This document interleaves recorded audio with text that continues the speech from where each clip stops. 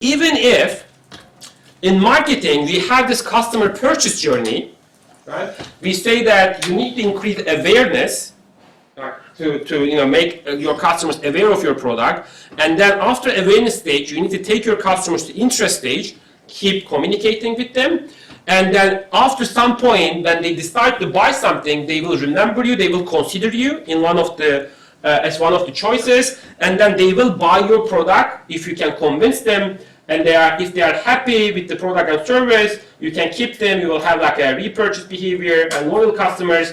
And if you are lucky and they love you, they can even be advocate of your product or brand. Okay? So that's the ideal customer purchase journey.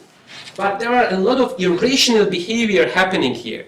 Because normally, even if you spend a lot of money, if something happens while some people use your product and share it on their YouTube channel, you are doomed, right? Then even if your effort of like spreading positive news about your product, now you need to manage this crisis. So there are a lot of uncontrolled things, and then people are easily influenced by others more than the brand itself. So that's why you need to know what is more important for your customers, and then try to use that as well, right? Because for the first two stages, so you are targeting their cognitive sense, right? So because you are increasing awareness, try to make sure that they know you, your product or brand, but most of the time, effective part is more important, right? So emotional part, whether they like you or they prefer you, and in the end, you expect some behavioral returns, right? So behavioral action, right? So buying or repurchase behavior.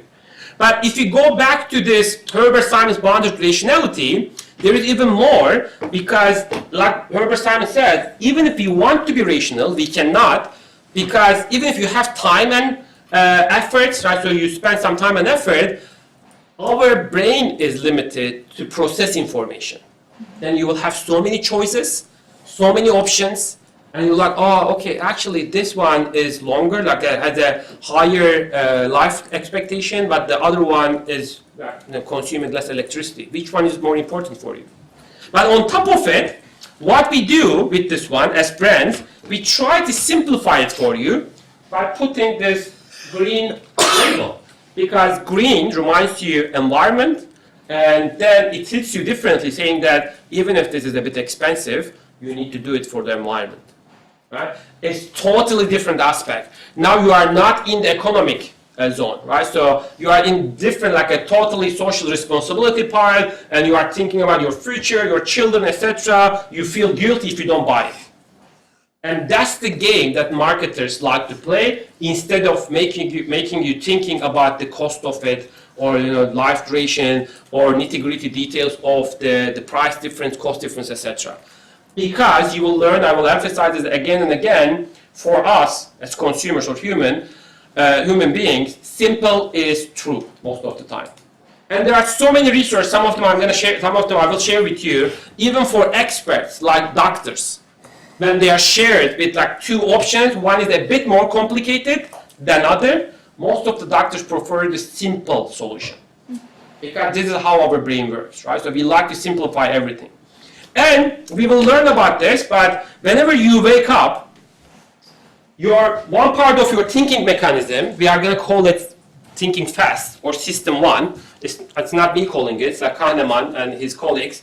And it is always on. When you wake up, your brain starts analyzing your environment, right? So even for simple decisions like, what should I wear today?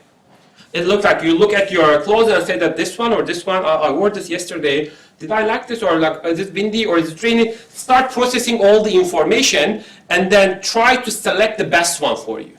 But what's happening, you are using your cognitive resources.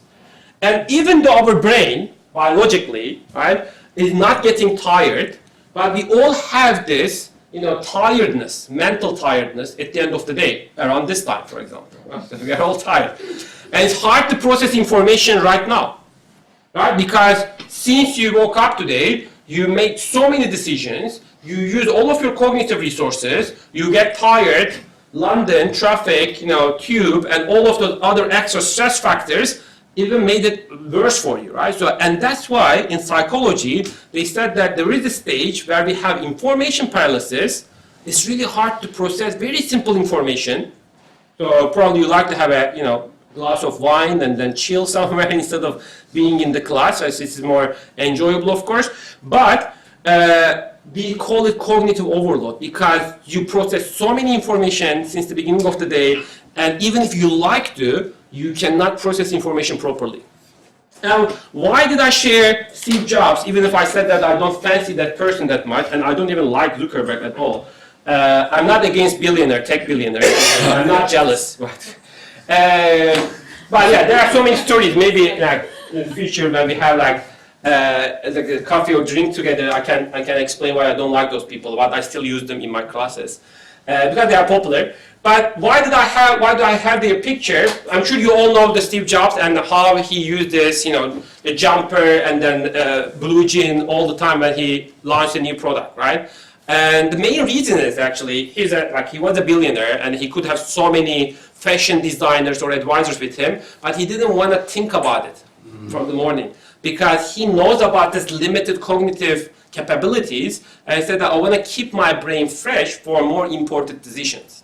So, and we do this without knowing most of the days as well. We try to put something on routine for every day, right? Sometimes we have simple rules to simplify our decision making to keep our cognitive resources fresh. Because this is how our brain works. We always like to have shortcuts. We don't like to think about like so many things in our life, and we like to simplify things, right? I mean, you most of the time eat same sandwich, get the same coffee from the coffee store, or in the morning as well, and that's how it works. And this is the reason they have this like routine process for most of the simple things in their life. They said that at the end of the day, we need to make so many important decisions, and we need to use those resources for them. And overall, what we do, instead of being rational, we make satisfying decisions. So I really love this point because I do it every day. I know most of the people are doing too. But satisfying, Kahneman also said this, and other people also did research on this on different contexts. And what they found is people make decisions not based on utility maximization, but they make decisions by convincing themselves enough. So let's go back to washing machine decision. So we convince ourselves saying that one is more environmental. That's it. I don't care if it's expensive, right? So I like to be responsible. Or even like car brands, like you are paying like thousands of pounds for your next car purchase. You say that, okay, my cousin actually used to ride this car and he really liked it, so I want to buy the same car. Instead of doing calculations, right? So your mileage, consumption, I don't know, other features, etc. You like to simplify to convince yourself. Why? We don't have time. There are so many options other than. And then there are so many information to process. You don't have the capability and capacity because, especially for the recent years in like modern environment right now, we are exposed to more information than ever in modern human life. Every day, I will probably quote this when we talk about promotion, a modern customer got exposed to between 4,000 to 10,000 advertising every day. A US study in 2019 found out this. Like, can you believe it? How many of advertising you even remember? You will probably remember that like maybe one or two.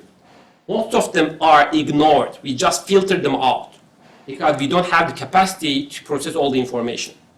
And that is a normal consumer behavior. No one is at fault there.